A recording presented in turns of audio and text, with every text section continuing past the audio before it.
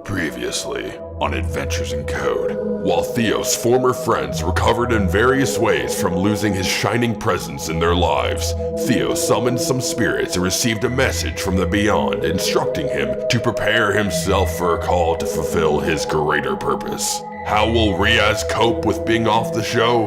What will Theo be asked to do? Find out this week on Adventures in Code.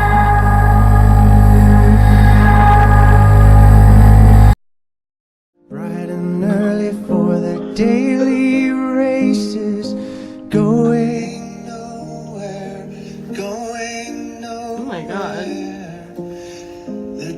How did he get this footage of us? I think he animates it. And why are there phones everywhere? Oh, basically, I thought it'd be poetic and meta, if we started episode 9 by watching the end of episode 8. Yes. And every new episode, I think we should have more like a studio set, like more production value. You have got to stop caring about this so much. I mean, you shouldn't have in the first place, but Theo also fired you 2 episodes ago.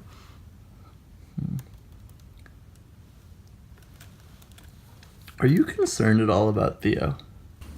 Sure I am, yeah. Because I know he fired me and he burned a lot of bridges. Lots of bridges. A lot of bridges. But I feel like maybe we should check in on him. just make sure he's doing okay. I feel kind of we have a responsibility. I read this article the other day. I read a lot of articles. But I read this one about how when it comes to depression, you just can't hold yourself accountable for anything anyone does, just because Shouldn't interfere. Yeah, it's not our responsibility as people in his life,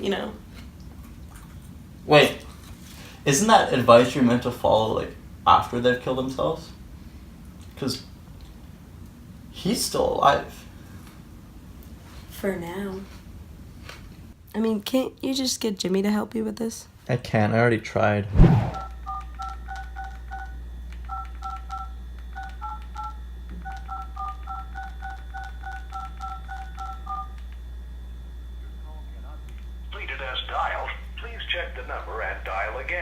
Hey, Jimmy. I was gonna check in on Theo, and I was wondering if you wanted to also check in on Theo, because he looked like he was in a bad spot.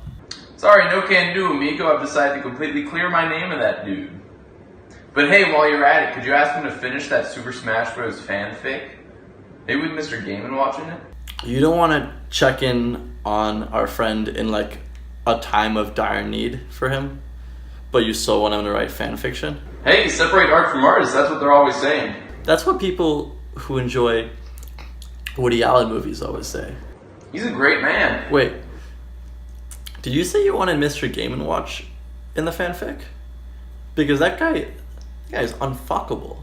I mean, he's already naked. If he had anything to show us, we'd already see it. He's got a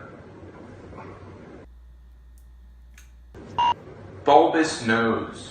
I mean, he might have curves, but curves don't mean shit in 2 dimensions. Alright, listen here. In Flat Zone, Mr. Gaiman watches home, everything is flat too. So, when I, a 3-dimensional being, insert my dick into his mouth, the top and bottom isn't covered, exposing my penis to the cold wintry air. Are you drawing this out, Jimmy? Jimmy, I can't see anything you're doing. We're on the phone. However, when I enter Flat Zone, I too become 2-dimensional. Ipso facto, my dick can be enveloped and slurped by his mouth. Hey, thanks for explaining that. Yeah, that makes a lot of sense now, definitely. Yeah.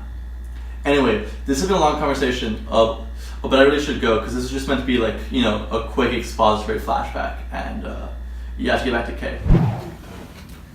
Well, I'm sorry, I can't help you.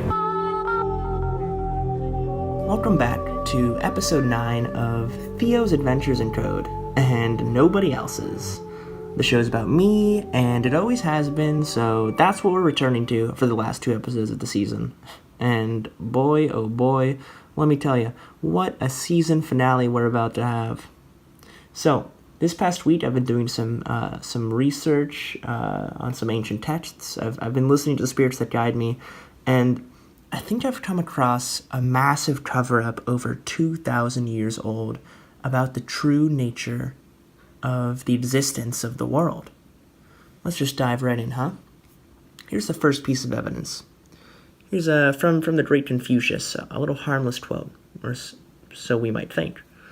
Everything has beauty, but not everyone sees it. Confucius sounds pretty nice, huh? Well, I don't think he actually said that. So let's go right into the code here. Let's see what Confucius really has to say, huh? If we look into the code, you can find out that he really said, everything has code, but not everyone sees it.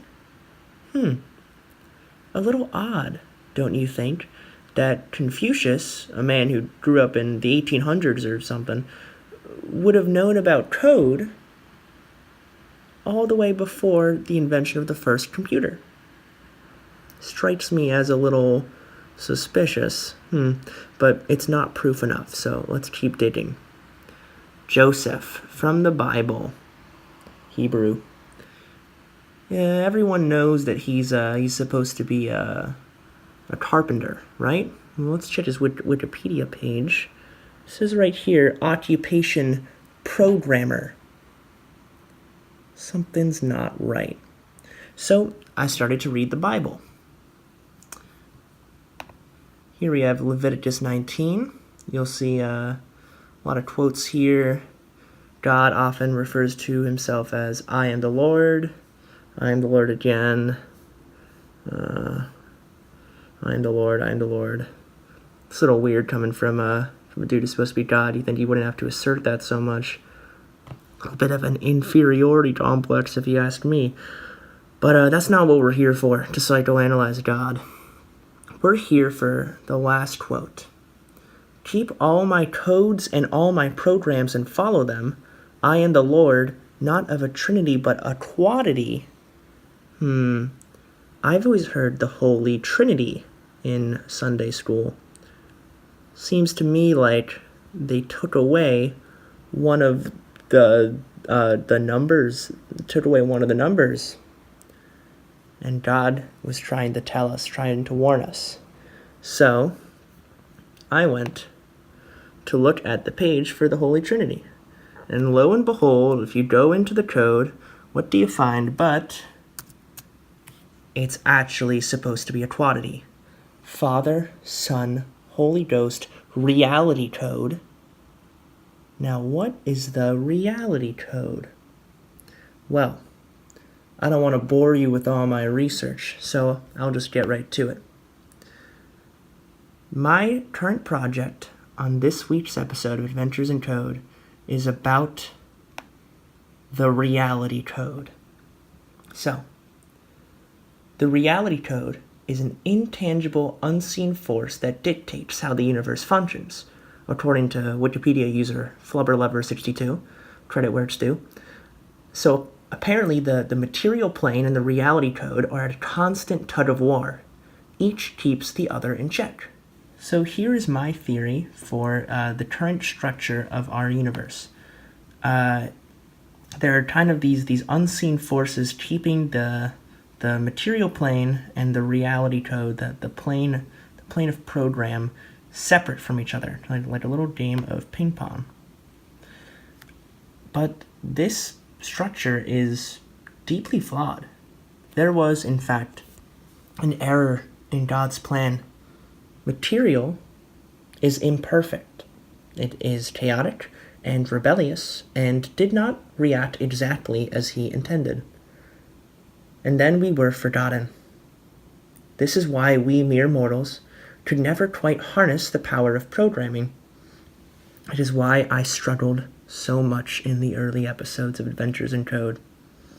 We were flawed creations from the start. Until now. I intend to correct the error of my creation and become pure code.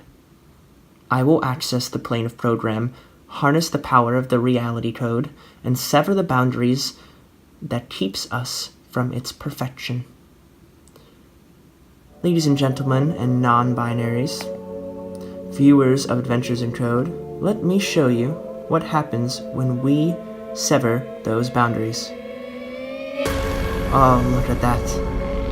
That dazzling destruction. That radiance, that unadulterated code.